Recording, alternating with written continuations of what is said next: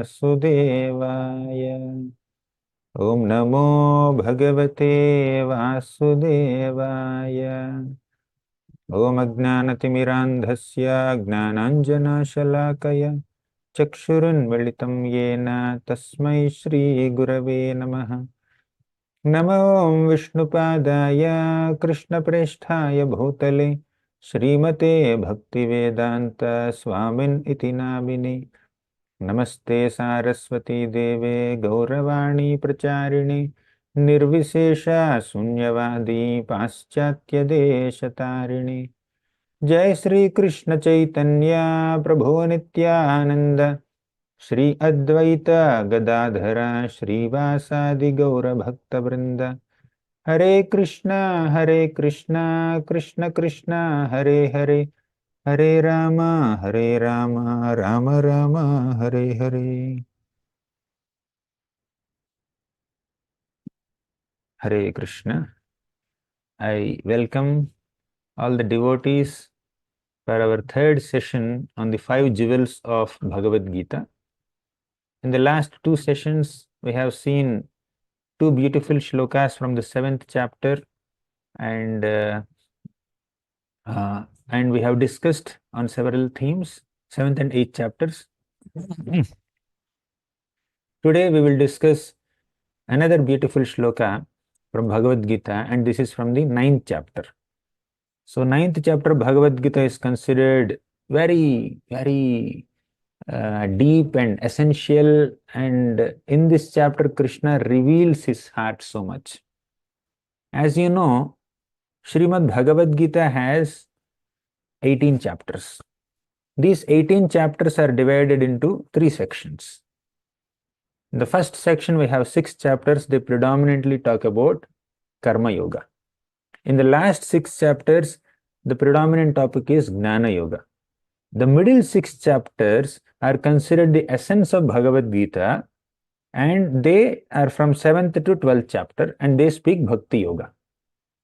And in this middle section, which is considered the essence of Bhagavad Gita, the middlemost 2 chapters, 9th and 10th chapters, are the essence of the essence. Gita itself is the essence. Sarvopanishado gavo dogdha gopalanandanaha. You know that shloka, right? Where all the Upanishads are compared to a cow, and Krishna is the cowhead man, and the milk that he is extracting from this cow is Bhagavad Gita, and Partha means Arjuna is the calf. Okay, that way all of us know. So this Bhagavad Gita is the essence of all the Upanishads. And the middle 6 chapters of Bhagavad Gita that talk about Bhakti Yoga is the essence of the essence of Bhagavad Gita. Okay. And the middle 2 chapters, 9th and 10th chapters, are the essence of the essence of the essence. Right? Essence of the Bhakti Yoga section. Okay. So in these 2 chapters, Krishna reveals the inner emotions that he is holding for all of us. The very beautiful shlokas are there in this chapter.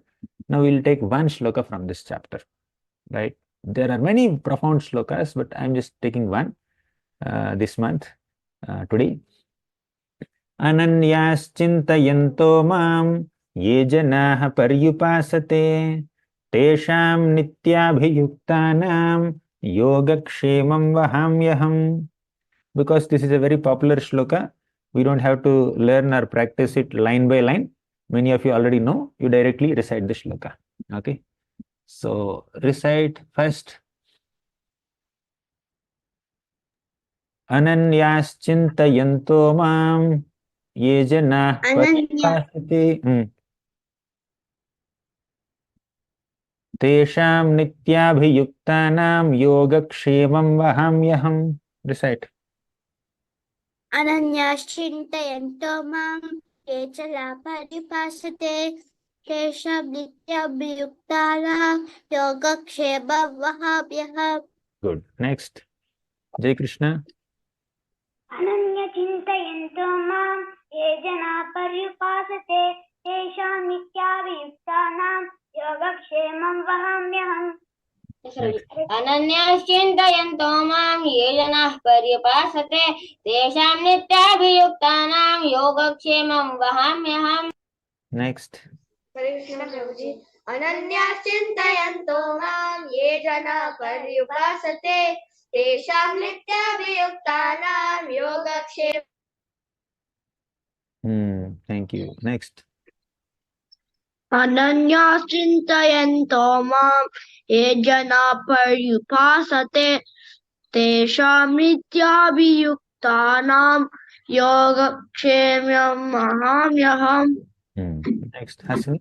अनन्याश्चिन्तयन्तो मां ये जनाः पर्युपासते तेषां नित्याभियुक्तानां योगक्षेमं वहाम्यहम्. One more. अनन्याश्चिन्तयन्तो मां ये जनाः पर्युपासते तेषां नित्याभियुक्तानां योगक्षेमं वहाम्यहम्. हरे कृष्ण प्रभु जी.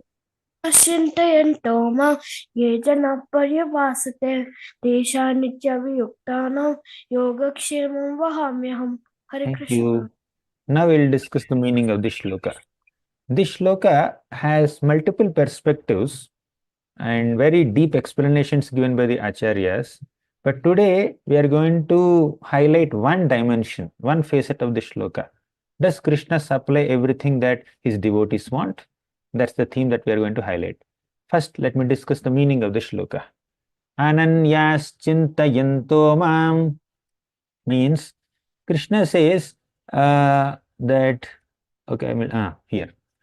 So, Ananyas Chintayantoma means one who always thinks of Krishna with exclusive devotion. Anya means something else. Ananya means nothing else. Okay. Chintayanto means to think of. Whom? Mam, Krishna. Chintayantoma means if you think of Krishna always. Ananya means without distracting your mind towards anything else. If you exclusively focus on Krishna, if you think of Krishna with absolutely no deviation in your mind, no distractions of your mind, then Krishna says, Ye janaha paripasate. For such a person who is always Krishna conscious, and pari upasate means wonderful worship of Krishna. Upasana means worship. Paripasate means perfect worship of Krishna. Ye janaha paripasate. Whoever is that person who is perfectly worshipping me and always thinking of me without distracting his mind towards anything else, tesham, for such a person, again Krishna says, nitya abhiyuktanam, who is constantly engaged in my thoughts, right? Nitya abhiyuktanam. For such a person, what does Krishna do? Simple. Yogakshemam vahamyaham means I will supply whatever they lack and I will preserve whatever they have. Okay. So the meaning of this shloka is very simple. So when you worship Krishna, when you think of Krishna, when you always means on a regular basis, on a daily basis, if you are engaged in service of Krishna, then Krishna promises that Yoga Kshemam Vahamyaham. I will supply whatever you lack and I will preserve whatever you have. Now let's zoom into the last line. The first three lines of this shloka talk about what we are supposed to do as devotees. But the last line of the shloka talks about what Krishna is doing in reciprocation with what we are doing. Is it clear? First three lines are describing what we are doing as devotees, always thinking of Krishna, perfectly worshipping Krishna, and constantly, daily being engaged in his service. Okay? So these are our responsibilities, three lines. Now the last line is what Krishna does in reciprocation with what we do. Yoga means our attempt to connect with Krishna, right? All of you know the meaning of the word yoga. So many times yoga is conceived to be, physical exercises.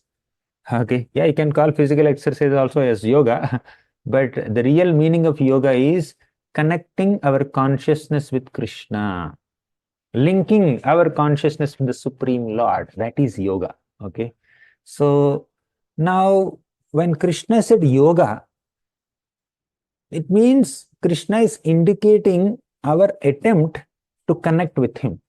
When Krishna said yoga kshemam vahamyaham, Krishna is saying that I will take care of the yoga of this person and I will also take care of the kshema of this person. What is kshema?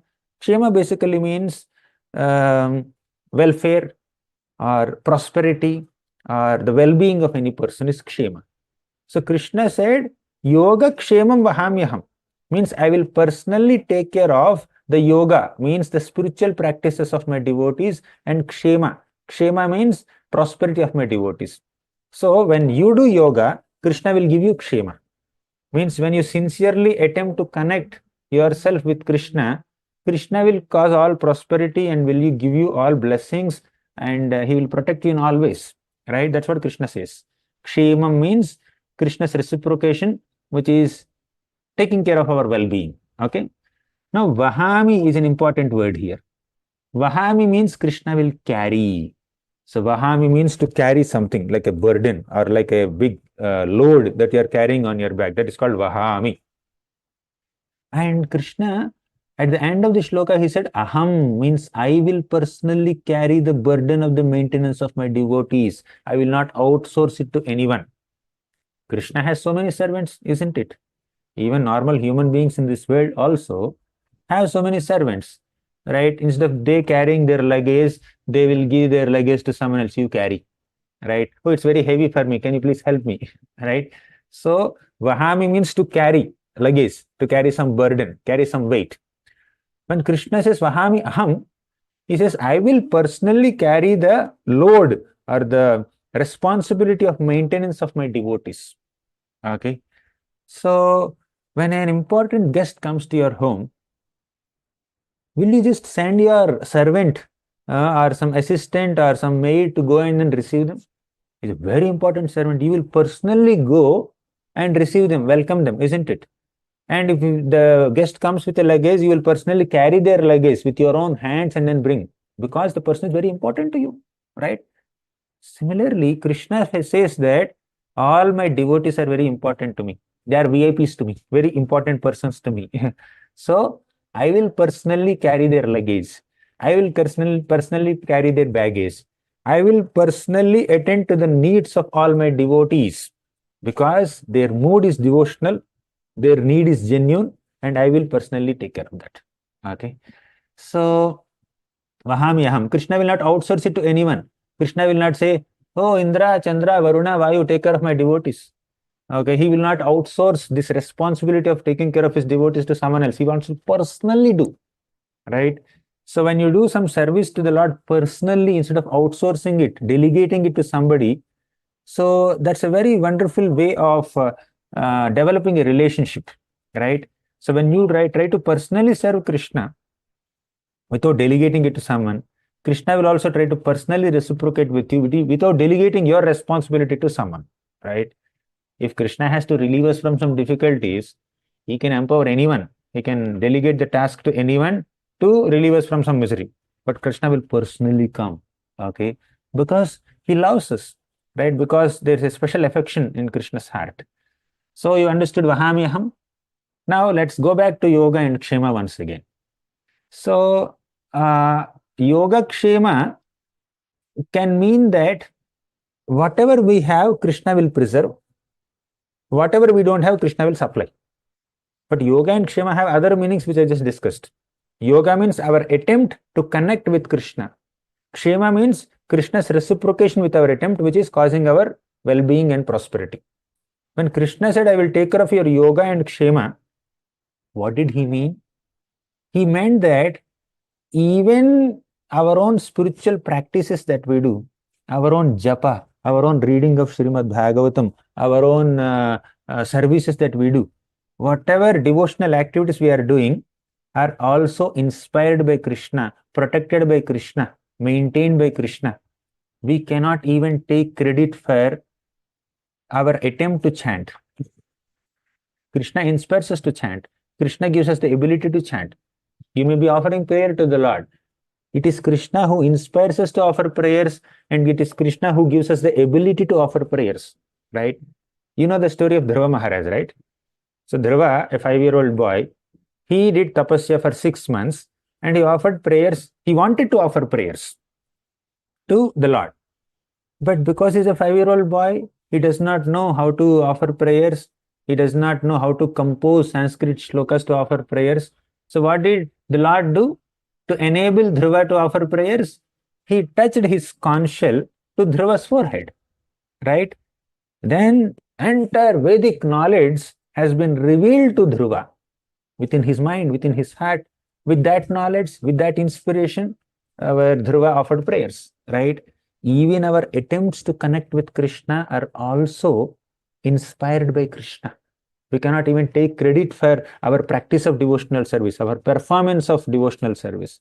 Even our performance of bhakti is also enabled by Krishna, inspired by Krishna, facilitated by Krishna, blessed by Krishna, arranged by Krishna through his devotees. Clear? And when you offer prayers, the Lord will reciprocate, and then he will protect you. Similarly, Gajendra was struggling for 1000 years to release himself from crocodile's jaws, isn't it? But the Lord gave Gajendra inspiration. You cannot do anything now. Better you offer me prayers. Then Gajendra offered prayers. Okay. And the Lord came in response to the prayers and he protected Gajendra, right? So it's all kind of match fixing. So in short, when Krishna says Yogakshemam Vahamyaham, he is the one who protects our inspiration. He is the one who inspires us and gives us the ability to serve him also. That is clear, right? Now, I'll go to the other perspective of this shloka.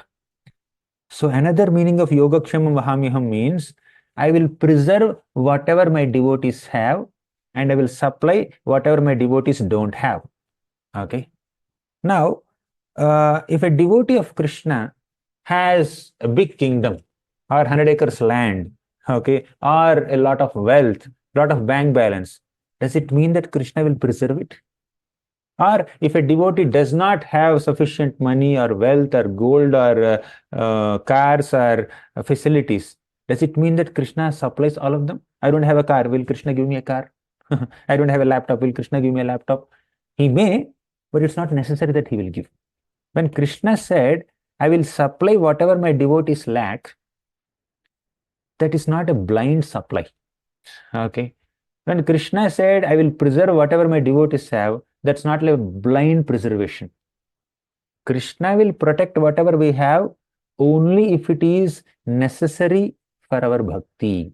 Only if it is favorable for our advancement in spiritual life, he will preserve it. Otherwise, he will take it away from us. Okay. Let me tell you one example. Now, we have Bali Maharaj, right? Okay, let me give other examples first. So, Krishna will supply whatever we don't have. Okay, let's focus on that. So, Sudama was a simple Brahmana, right? He does not have sufficient wealth. He doesn't have even proper food also to fill his belly, right? Sudama is very poor Brahmana. So, he went to Krishna to get some financial assistance. Actually, he went to Krishna only to see Krishna, only to have darshan of Krishna. So that financial assistance thing, his wife pushed him, please go and ask some money from Krishna. There's nothing wrong in it. You are a Brahmana, he is a Kshatriya. And you are a devotee, he is the Supreme Lord. He said, Yogakshemam Vahamyaham. Better you go and ask. But Sudama never wanted it. But still he went to satisfy his wife. And wife also was not greedy for money. Sudama's wife was just concerned that my husband should not suffer. So Sudama was not greedy for money, and Sudama's wife was not greedy for money, but it was a need for them to do something about their financial condition. Therefore, Sudama's wife requested Sudama to go to meet Krishna to get some financial assistance. But still Sudama went and he did not ask anything. And Krishna also did not give anything, apparently, in Dwarka. But by the time Sudama came back to his home became a big palace. He had so many servants, so many facilities. So Krishna has given unlimited opulence like Indra's opulence and protected Sudama from his poverty. Clear? So Yogakshemam Vahamyaham. So Krishna supplied whatever devotees lack. That's very clear. Meaning is very clear. Now, second point. There is one little fruit vendor, an Aborigine lady. in Vrindavan, she would sell fruits. Okay. So in those days, the system was like this. So you have fruits, you offer fruits to people, and they will offer grains, and you survive with eating those grains. Okay. So barter system. So this fruit vendor was just moving through the streets of Vrindavan and making a big announcement, loud announcement. Whoever wants fruits from me, please come and collect. Little Krishna at the time, hardly 2 3-year-old boy, he also wanted some fruits. He picked up some grains because Krishna has seen some elders giving grains and taking fruits. So Krishna wanted to imitate them. So Krishna picked up some grains from Nanda Maharaja's home and he ran towards that lady to get some fruits. But by the time Krishna reached, his hands were almost empty because he was running very enthusiastically. Whatever little grains he was holding in his little hands, they fell down. But nevertheless, this fruit vendor just wanted to offer something to Krishna. Okay. She filled Krishna's hands with fruits, as many as he could hold.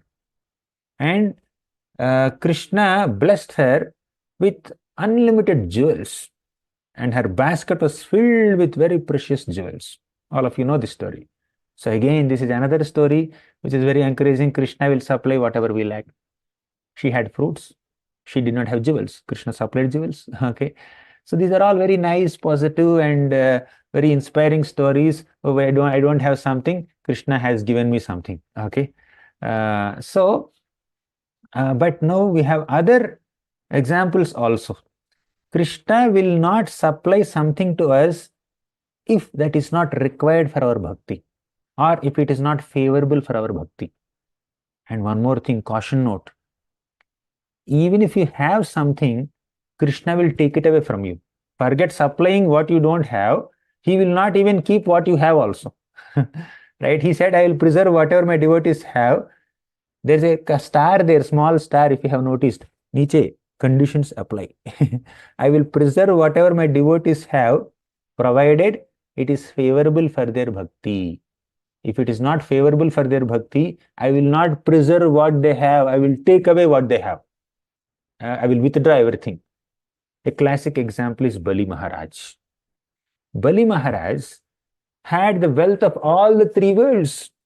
Right? He is the king of heaven, and he's actually ruling all the three worlds, and all the devatas were on roads when he was ruling. Then the Lord appeared in the form of a little boy, 5-year-old boy, whatever age is, I don't know, 5-year-old or some little boy, Vamanadev.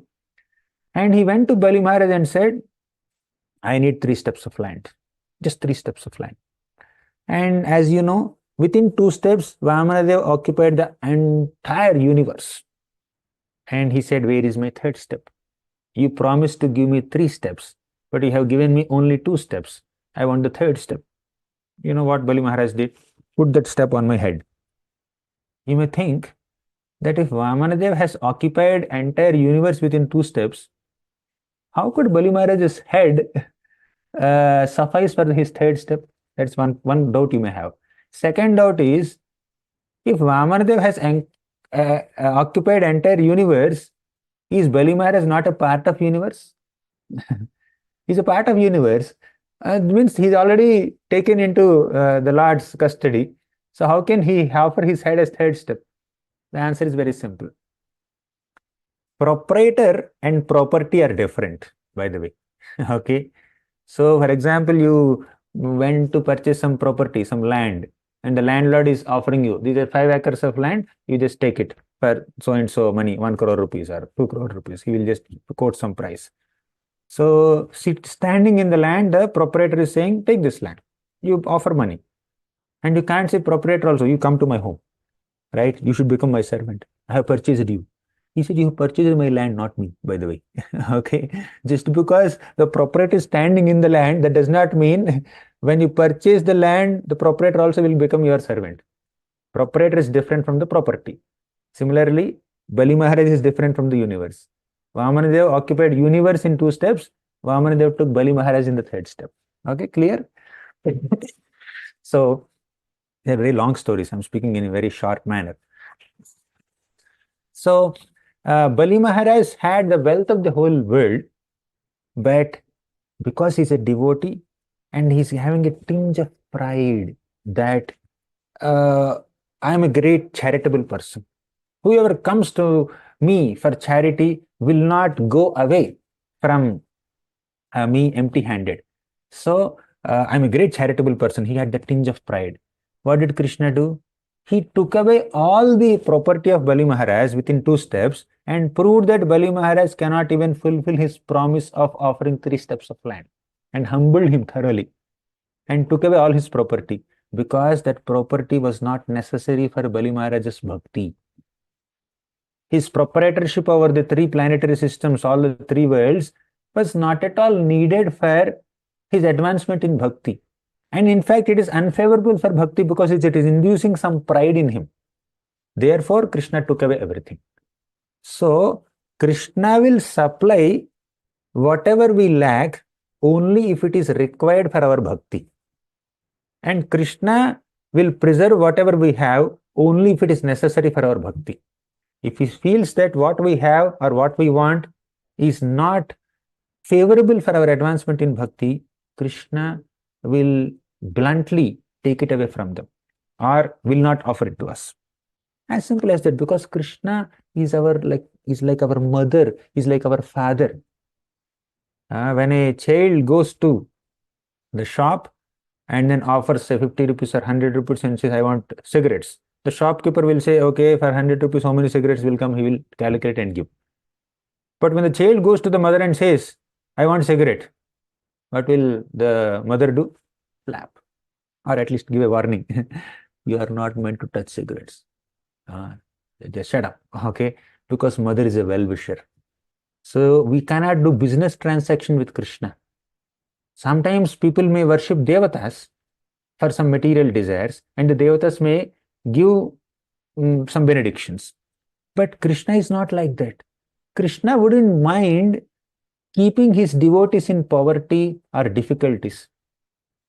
Krishna is very concerned that my devotees should always be in proper consciousness. So what Krishna expects from us is good consciousness, not our material property. What is the use of being the king of the whole world when we don't have the right consciousness of being a servant of Krishna, right?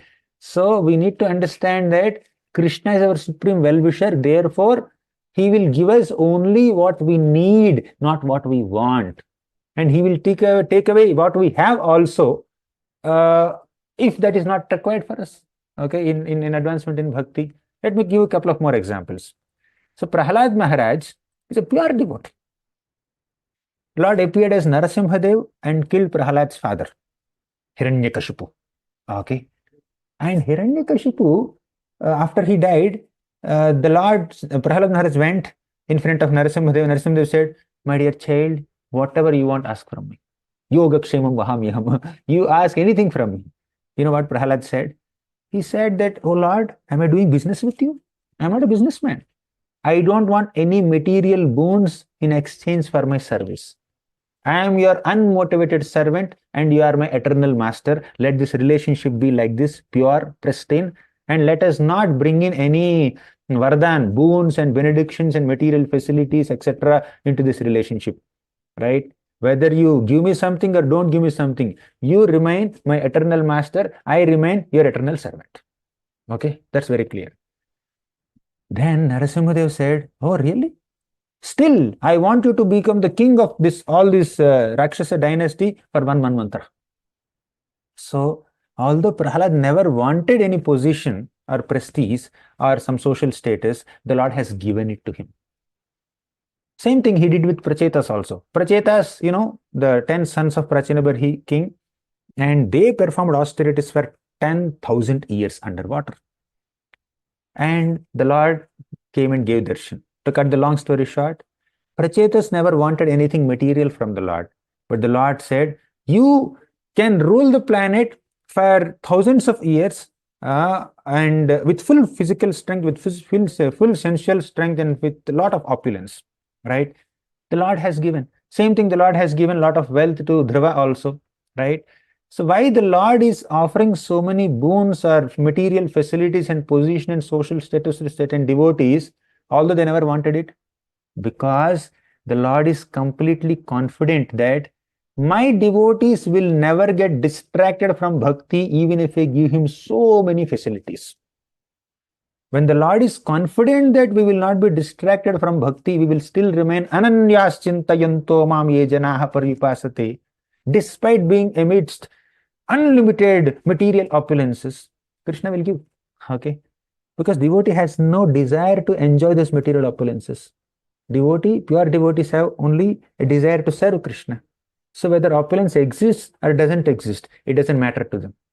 To such detached devotees, to such mature devotees, to such dedicated devotees, to such committed devotees, Krishna will supply unlimited opulence to prove that my devotees will never be distracted from bhakti, although they have access to unlimited sense gratificatory opportunities or material facilities, right? So, Yogakshemam Vahamyaham is not just a blind or blanket statement where you just take it as Krishna will supply whatever I don't have, Krishna will preserve whatever I have. No, you can lose your wealth also. You may be pure devotee, but you lose your kingdom. Pandavas were there, they were pure devotees, they lost their kingdom. Okay. Now, not that they are getting distracted in bhakti because of being in a kingdom, but Krishna had another plan. Although I put my difficulties in hundreds of, although I put my devotees in hundreds of difficulties, they will never give up their bhakti unto me. To prove this point, the Lord has given certain difficulties to Pandavas. You understand? So Krishna is our well-wisher. Sometimes he may make us poverty-stricken. Sometimes he may make us very wealthy, super rich. Sometimes he will give unlimited opulence to us. Sometimes he will take away all our opulence and make us beggars, paupers on the street, right? Let me tell you one more example. There is a great Brahmana named Avanti Brahmana, right? This Avanti Brahmana had so much wealth, so much money. He is an agriculturist, but he's very miserly. He wouldn't use his money even to fill his belly also, what to speak of giving to others. So all the family members and friends of this Avanti Brahmana are a bit uncomfortable. Why he is behaving like this? Then the Lord has eventually taken away all the opulence of Avanti Brahmana, made him like a beggar.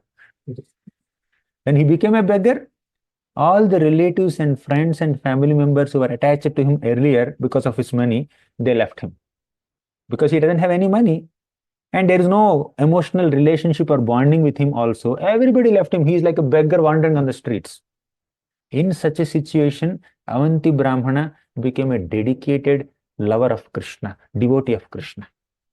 So sometimes Krishna may make us a beggar to make us very desperate so that we can take his shelter. Sometimes when there is a lot of material prosperity and when we are in the midst of materially comfortable situations, you know what happens? We may forget Krishna. Therefore, difficulties are also very beneficial for us, right? So, difficulty many times becomes an opportunity for us to intensify our absorption in Krishna, love for Krishna, dependence on Krishna. Therefore, even if Krishna gives difficulties to his devotees, Krishna is a well-wisher. Even if Krishna takes away all the opulence of his devotees, Krishna is a well-wisher. Even if Krishna supplies unlimited opulence to a detached devotee, Krishna is a well-wisher. Okay, because he's proving that my devotees will never get distracted despite being in midst of so much opulence, right? So therefore, we need to understand that Krishna's dealings with all these devotees like Pandavas, we discussed so many examples today, right? Pandavas, Bali Maharaj, Sudama, fruit vendor, Avanti Brahmana, Dhruva Maharaj, Prahalad Maharaj, Prachetas. We discussed so many examples. In these examples, Krishna gave so much opulence to some devotees. Krishna took away the opulence of some devotees. Krishna gave difficulty to some devotees. Krishna removed difficulties from some devotees, right? And Krishna humbled some devotees. Krishna glorified some devotees. Whatever may be Krishna's treatment towards his devotees, Krishna is a genuine ever well-wisher. Suhurdam sarva bhutanam gnatva mam shantim richati. We will be peaceful, unagitated, only when we understand that Krishna is our genuine well-wisher, right? So Krishna, the main question, the main theme of our discussion today is, does Krishna supply whatever we want or whatever we need apparently? No, not necessary. He may supply if he thinks it is good for us, good for our bhakti. He may not supply what we want if he thinks it's not good for us. Forget that.